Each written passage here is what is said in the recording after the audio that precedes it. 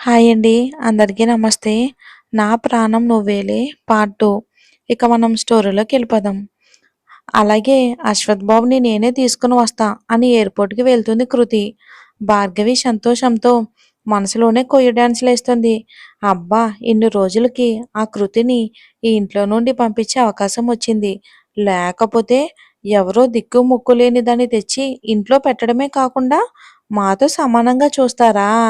ఇక ఇంటికి కూడా రాకుండా అటు నుంచి అటే పోతుంది అని లోపలికి వెళ్తుంది. కృతి ఎయిర్‌పోర్ట్‌కి వెళ్ళి అశ్వథ్ అని నేమున్న ఫ్లెక్సీ పట్టుకుని నిలబడుతుంది. కృతి ఎప్పుడూ అశ్వథ్‌ని చూడలేదు. ఎందుకంటే కృతి వినోద్ ఇంటికొచ్చి 2 ఇయర్స్ అవుతుంది. అశ్వథ్ 4 ఇయర్స్ నుంచి ఇండియా రానే లేదు. అందుకే కృతికి ఎలా ఉంటుందో అశ్వథ్‌కి తెలీదు. అశ్వథ్‌ని కూడా కృతి ఎప్పుడూ చూడలేదు. ఇంకా ఇంట్లో ఫోటోలో చూసుండొచ్చు కదా అని మీకు డౌట్ రావచ్చు కదా! అశ్వథ్ రూమ్‌లో తప్ప తన ఫోటోస్ ఇంట్లో ఎక్కడా లేవు. ఇక రూమ్‌లోకి అశ్వథ్ లేని టైంలో ఎవరు వెళ్ళే ధైర్యం చేయరు. ముఖ్యంగా లేడీస్. ఎవ్వరూ ఆ గదిలోకి వెళ్లరు. సో, అందుకే అశ్వథ్ గురించి వినడం తప్ప తనని ఎప్పుడు చూడలేదు కృతి. కాసేపటికి ప్లేనొస్తుంది. ఇక ప్రణవ్, అశ్వథ్‌లు వస్తారు. ప్రణవ్ డ్రైవర్ డ్రెస్‌లో ఫ్లెక్సీ పట్టుకుని నిల్చున్న కృతిని చూసి, అంకులేంటి అమ్మాయిని డ్రైవర్‌గా పంపించారు.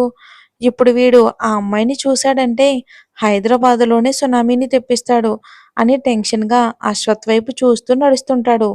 ఇంతలో అశ్వథ్‌కి ఫోనొస్తే మాట్లాడుతూ ప్రణవ్ వెనకాలే వెళ్ళి కృతిని చూడగానే కారులో ఫ్రంట్ సీట్‌లో కూర్చోబోతుంటే ప్రణవ్ "రేయ్ అశ్వథ్" అని గట్టిగా అరుస్తాడు. అశ్వథ్ "ఏమైందిరా ఎందుకలా అరిచావు" అని అంటాడు. ప్రణవ్ "ముందు వద్దు వెనకాల కూర్చో" అంటాడు. అశ్వథ్ "ఏ ముందు కూర్చుంటే ఏమైంది" అంటాడు సీరియస్‌గా.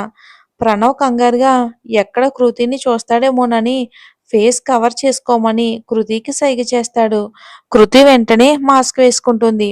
ఇక అశ్వథ్ కృతి వైపు చూసేలోపు కృతి ఫేస్ కవర్ చేసుకోవటం, ఆ వెంటనే అశ్వథ్‌కి ఫోన్ రావటంతో ఫోన్ మాట్లాడుతూ కారులో కూర్చుని బయటే ఉన్న ప్రణవ్‌ని చూసి "ఏంట్రా వస్తావా? నన్ను వెళ్ళమంటావా?" అంటాడు. "ఆ!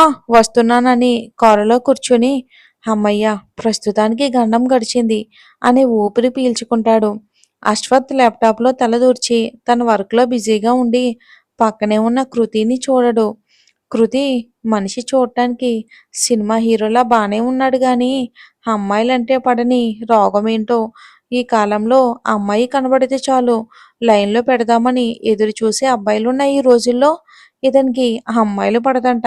ఇలాంటి అబ్బాయిలు కూడా ఉంటారా అని అనుకుంటుంది. ఇల్లు రాగానే కృతి కారు ఆపడంతో అశ్వథ్ బయటికి చూసి అప్పుడే ఇల్లొచ్చిందా? అసలు వచ్చినట్టే తెలియలేదు. బాగా డ్రైవ్ చేసావు అబ్బాయ్. గుడ్ అని భుజంపై చెయ్యి వేసి లోపలికి వెళ్తూ ఆగి వెనక్కి తిరిగి చూస్తాడు. వీడు ఫస్ట్ టైం అమ్మాయిని టచ్ చేశాడు. అమ్మాయి అని తెలిస్తే ఏం చేస్తాడో? ఒకవేళ తెలిసిపోయిందా ఏంటి?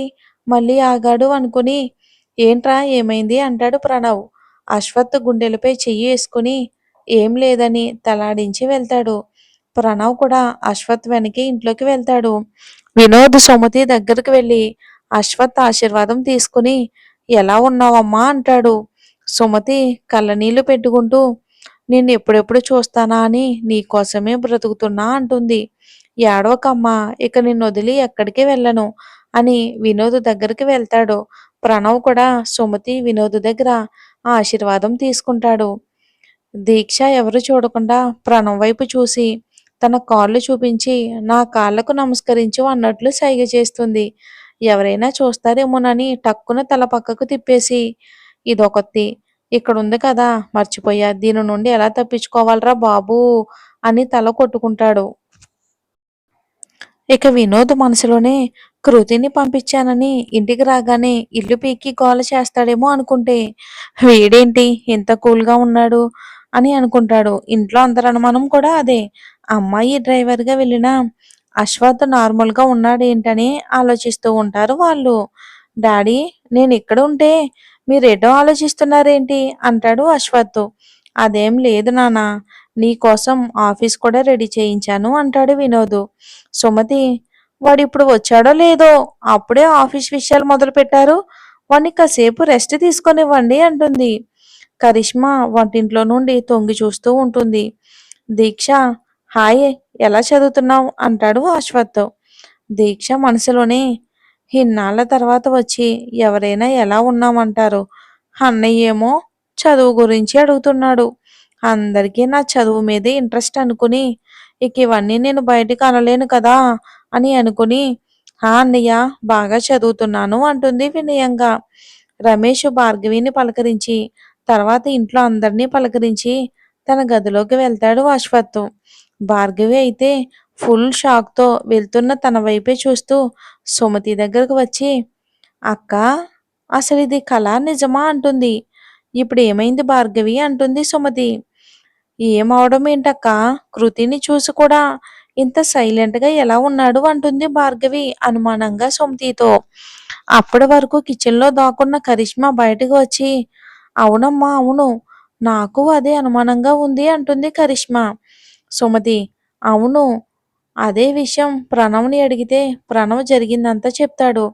భార్గవి, ఓ, అయితే ఈసారికి కృతి తప్పించుకుందన్నమాట. దీన్ని ఎలాగైనా అశ్వత్ బయటికి గెంటేసేలా చెయ్యాలి అనుకుంటుంది భార్గవి. ఉంటారుగా విలన్స్. ప్రణవ్, ఏంటి, వాడి గురించి తెలిసి కూడా ఆ అమ్మాయిని పంపించారు. వాడు చూడలేదు కాబట్టి సరిపోయింది. వాడు చూసుంటే మళ్ళీ అదే ఫ్లైట్లో రిటర్న్ వెళ్ళేవాడు అంటాడు వినోద్. ప్రణవ్, వాడు అరుస్తాడని అలాగే ఉంటే ఎలా చెప్పు. వాడిని మార్చడానికి ప్రయత్నం చేసుకుంటే వాడు ఇంకా మొండిగా తయారవుతున్నాడు. ఈ రోజు నుండి కృతియే అశ్వత్ డ్రైవర్, అంతే అని లోపలికి వెళ్తాడు. ఆంటీ, ఈ కృతి ఎవరు అంటాడు ప్రణవ్. మీ అంకుల్ ఫ్రెండ్ కూతురు. తనకు ముందు వెనుక ఎవ్వరూ లేరు, ఒంటరి ఆడపిల్ల. బయట ఉండడం మంచిది కాదు అని మీ అంకుల్ ఇంట్లో ఉండమంటే ఏదైనా పని చేస్తా, ఊరికే ఉండను అని కార్ డ్రైవర్లా జాయిన్ అయ్యింది. మన హౌస్లోనే ఉంటుంది. ఇంజనీరింగ్ లాస్ట్ ఇయర్ చదువుతూ ఉంటుంది. ఇప్పటి వరకు మన నుండి తనకు వచ్చే జీతం తప్ప మనం ఏం ఇచ్చినా తీసుకోదు. తనకు చాలా ఆత్మాభిమానం అంటుంది సుమతి. అయితే చాలా మంచి అమ్మాయిలా ఉంది. ఇందాక పరిచయం కూడా చేసుకోలేదు అని కృతి దగ్గరికి వెళ్తాడు. కృతి ఒక ఫోటో చూస్తూ ఏడుస్తూ ఉంటే వినోద్ ఏడవకు అని ఓదారుస్తూ ఉంటాడు. ప్రణవ్కి కృతి అలా ఏడుస్తూ ఉంటే ఎందుకో ప్రణవ్ మనసు చాలా బాధగా అనిపించి కృతి దగ్గరికి వెళ్ళి, ఏమైందిరా, ఎందుకు ఏడుస్తున్నావు అంటాడు. కృతి ఎవరు అన్నట్లు వినోద్ వైపు చూస్తుంది. నేను నీకు అన్నయ్య లాంటి వాణ్ణి. నాకు కూడా ఎవరూ లేరు, నేను అనాథనే. అంకుల్ వాళ్ళే చిన్నప్పటి నుంచి నన్ను పెంచారు. ఎవరూ లేకపోతే ఆ బాధ ఎలా ఉంటుందో నేను అర్థం చేసుకోగలను అని. అంకుల్, ఏమైంది అంటాడు వినోద్ వైపు చూసి ప్రణవ్. వినోద్ కృతి వైపు చూసి జరిగింది చెప్తాడు.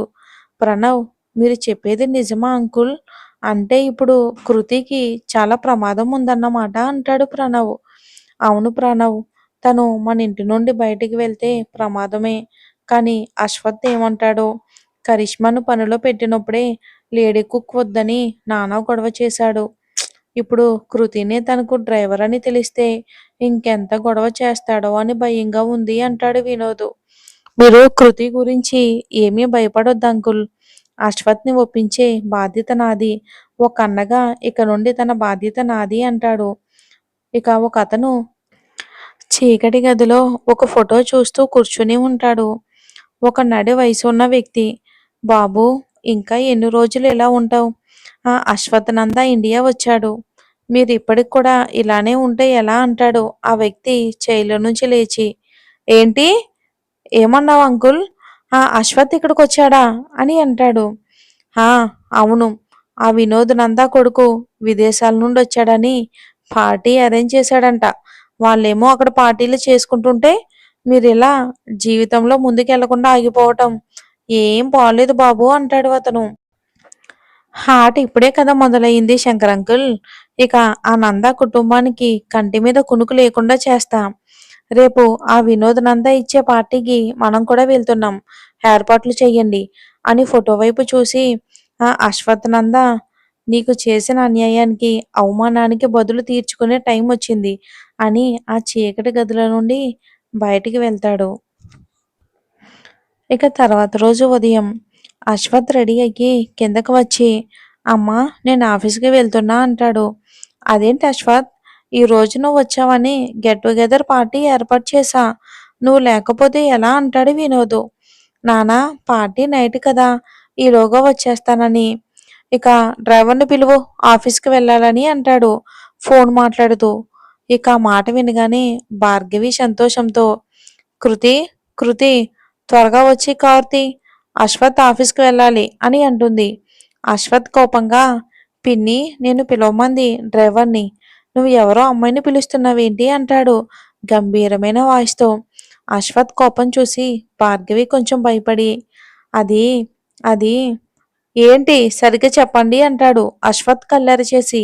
నేను పిలిచింది డ్రైవర్నే అశ్వథ్, తన పేరు కృతి, మన హౌస్లోనే ఉంటుంది. నేను ఎయిర్పోర్ట్ నుండి తీసుకుని వచ్చింది కూడా కృతినే కదా, నువ్వు చూడలేదా అంటుంది. కృతి వచ్చి, అశ్వథ్ బాబు పిలిచారంట. అశ్వథ్ నిప్పులు చెరిగే కళ్ళతో కృతి దగ్గరకు వెళ్ళి, ఉదయం నన్ను తీసుకువచ్చింది తనా అని వినోద్ వైపు చూస్తాడు కోపంగా. మరి ఏం జరుగుతుందో, తనకి ఎందుకు అమ్మాయిలంటే పడదో మరి. మరి వీళ్ళిద్దరి మధ్య ప్రేమ ఎలా పుడుతుందో వచ్చే ఎపిసోడ్లో చూద్దాం. కొత్త స్టోరీ మీకు నచ్చుతుందని మనస్ఫూర్తిగా కోరుకుంటున్నాను. అలాగే నచ్చితే హైప్ అనే ఆప్షన్ని క్లిక్ చేసి నాకు పాయింట్లు ఇవ్వండి. అలానే స్టోరీ నచ్చితే లైక్ చేసి మన ఛానల్ని సపోర్ట్ చేయండి. Thanks for watching.